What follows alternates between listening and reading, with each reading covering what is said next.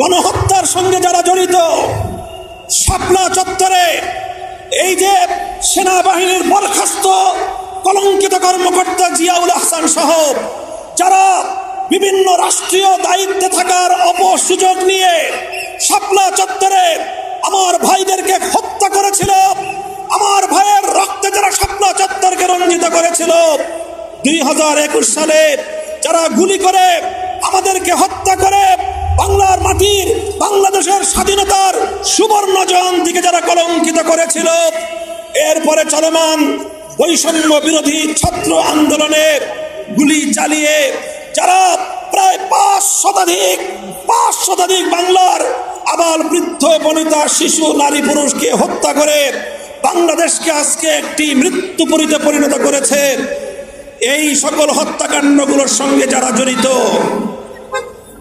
মনোযোগ সহকারে শুনেন, এই সকল হত্যাকাণ্ডগুলোর সঙ্গে যারা জড়িত, সে প্রশাসনিক কর্মকর্তা হোক অথবা যেই হোক, তারা কেউ যেন বাংলাদেশ থেকে পালিয়ে যেতে না পারে। টেকনাফ থেকে তেতুলিয়া পর্যন্ত ওটা বাংলাদেশের সীমান্তে প্রয়োজনে ছাত্র জনতা তোমরা পাহারাদারি বসাও, চেকপোস্ট বসাও, কোন খুনি যেন পালিয়ে যেতে না পারে।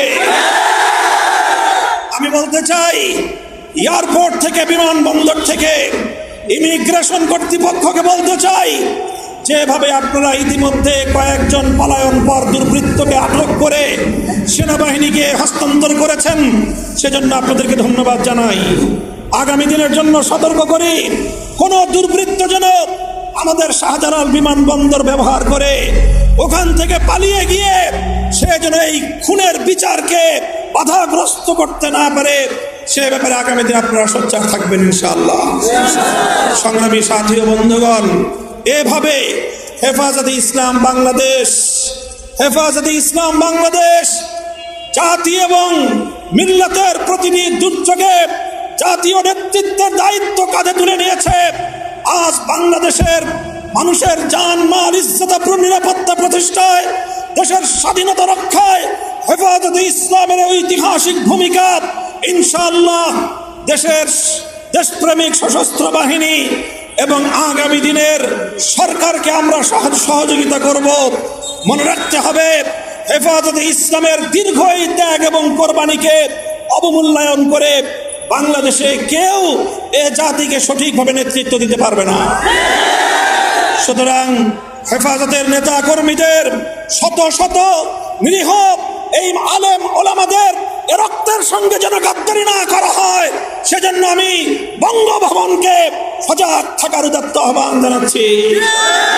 এভাবে হতাহত হয়ে পঙ্গুত্ব বরণ করে বাংলার প্রত্যন্ত অঞ্চলে হাজারো মানুষ বিগত 16 বছরের ফ্যাসিবাদের তারা প্রমাণ বহন করে চলেছে। বহু মায়ের চোখের অশ্রু আজও পর্যন্ত শুকায়নি। তাদের সকলের প্রতি শ্রদ্ধার প্রদর্শন করে বলতে চাই, এই অফুরান আত্মত্যাগের মাধ্যমেই 5ই আগস্ট বাংলাদেশের দ্বিতীয় স্বাধীনতা দিবস হিসেবে আমরা পালন করব। সংগ্রামী সাথী ও বন্ধুগণ, কথায় বলে স্বাধীনতা অর্জন করা যতটা কঠিন, স্বাধীনতা রক্ষা করা তার চেয়েও বড় কঠিন। এদেশের বিপ্লবী তরুণ ছাত্র জনতা আজ যে নতুন ইতিহাস রচনা করেছে, জগদ্দল পাথরের মতো চেপে বসা 16 কোটি মানুষের বুকের উপর থেকে শেখ হাসিনা জালিম শাহী নামক এই জগদ্দল পাথরকে, এই ফ্যাসিবাদকে তারা এই জাতির বুকের উপর থেকে অপসারণ করার ক্ষেত্রে যে ঐতিহাসিক ভূমিকা পালন করেছে, অনাগত বাংলাদেশের নয় বিশ্ব ইতিহাস আজকের এই বাংলার তরুণ ছাত্র জনতাকে শ্রদ্ধা ভরে স্মরণ করবে। এই সংগ্রামের অন্যতম সৌন্দর্য হল ফ্যাসিবাদ বিরোধী, বৈষম্য বিরোধী ছাত্র আন্দোলনের অন্যতম বৈশিষ্ট্য আমরা লক্ষ্য করেছি, রাজপথে ছাত্র জনতার মধ্যে কোনো দলীয় সংকীর্ণতা ছিল না, কোনো ভেদাভেদ ছিল না। স্কুলের ছেলেরা মেয়েরা, কলেজ থেকে ছাত্ররা, ইউনিভার্সিটি থেকে ছাত্ররা, আমাদের মাদ্রাসা, আলিয়া মাদ্রাসা, কওমি মাদ্রাসাগুলোর ছাত্ররা তাদের মধ্যকার পার্থক্যের সকল দেয়ালগুলো ভেঙে গুড়িয়ে দিয়ে হাতে হাত রেখে টেকনাফ থেকে তেতুলিয়া পর্যন্ত মানবতার যে বন্ধন তারা রচনা করেছিল, সমস্ত জুলুম এবং সমস্ত অটুট বন্ধনের সামনে সম্পূর্ণভাবে পরাজিত হয়েছে। একটি ঐতিহাসিক অভ্যুত্থানের মধ্য দিয়ে আজকে বাংলাদেশের মানুষ স্বাধীনতা অর্জন করেছে।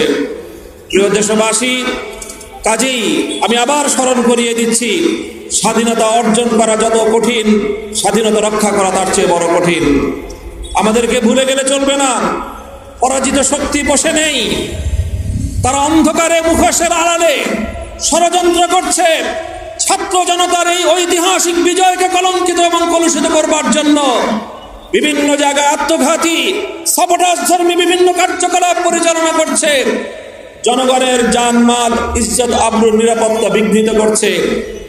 সংঘবদ্ধভাবে বিভিন্ন জায়গায় সংখ্যালঘুদের বাড়িঘর, তাদের সহায় সম্পদ, তাদের উপাসনালয়ে আক্রমণ পরিচালনা করছে।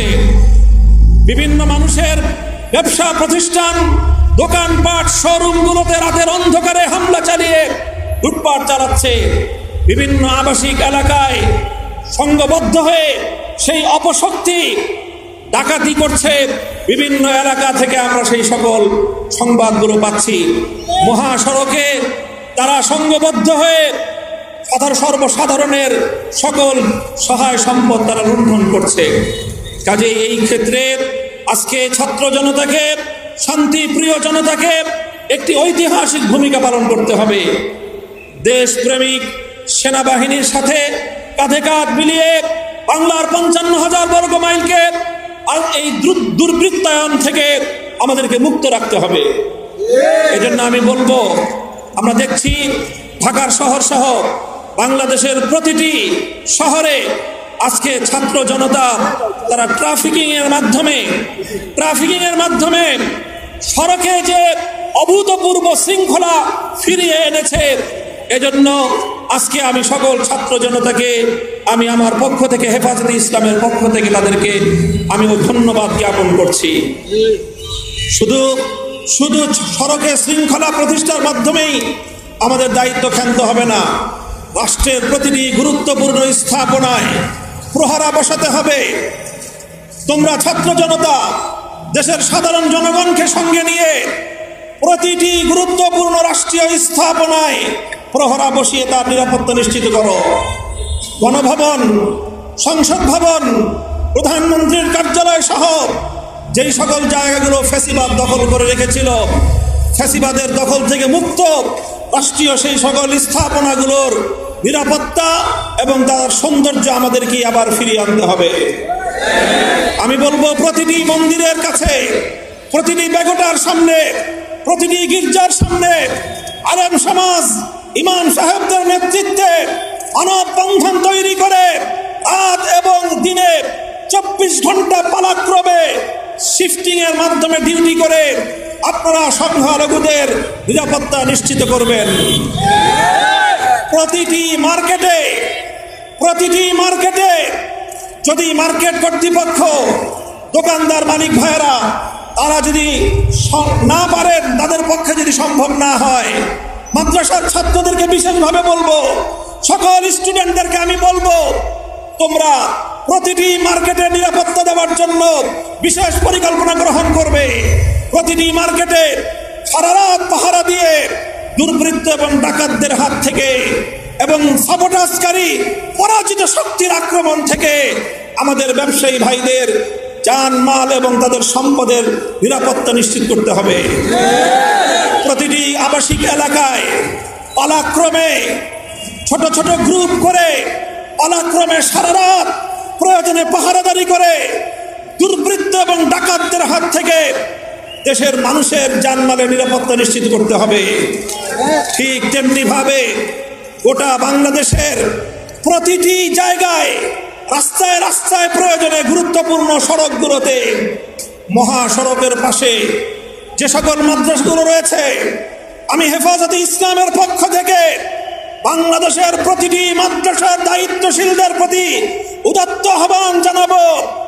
গোটা বাংলাদেশের সমস্ত মহাসড়কগুলো আলহামদুলিল্লাহ আমাদের বাংলাদেশের বিভিন্ন মাদ্রাসার স্থাপনার দ্বারা সুসজ্জিত রয়েছে।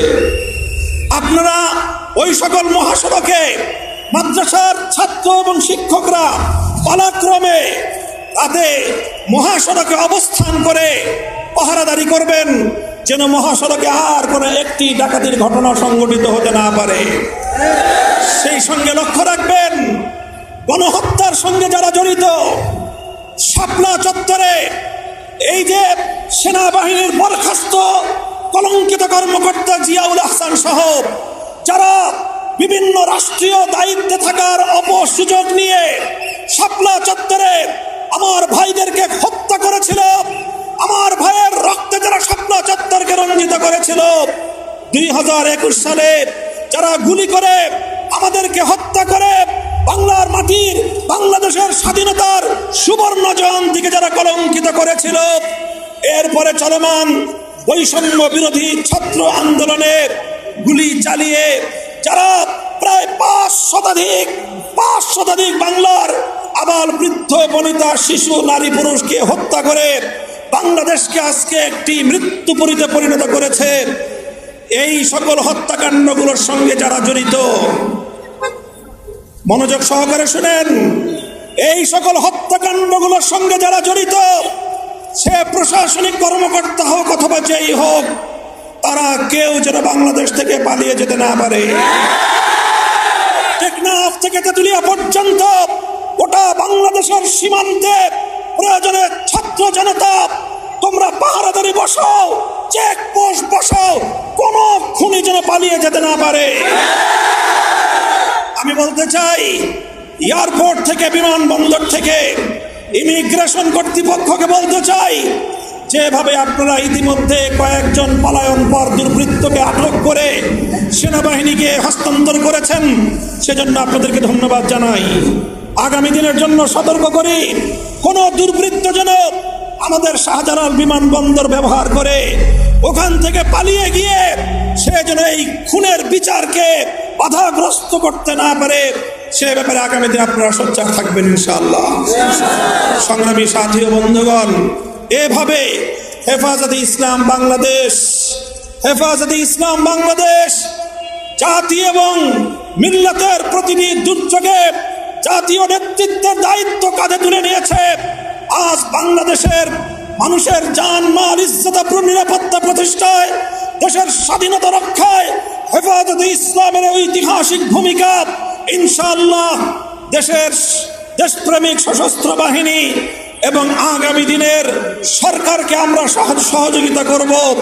মনে রাখতে হবে, হেফাজতে ইসলামের দীর্ঘ এই ত্যাগ এবং কোরবানিকে অবমূল্যায়ন করে বাংলাদেশে কেউ এ জাতিকে সঠিকভাবে নেতৃত্ব দিতে পারবে না। সুতরাং হেফাজতের নেতা কর্মীদের শত শত নিরীহ এই আলেম ওলামাদের রক্তের সঙ্গে যেন গাদ্দারি না করা হয়, সেজন্য আমি বঙ্গভবনকে সজাগ থাকার উদাত্ত আহ্বান জানাচ্ছি।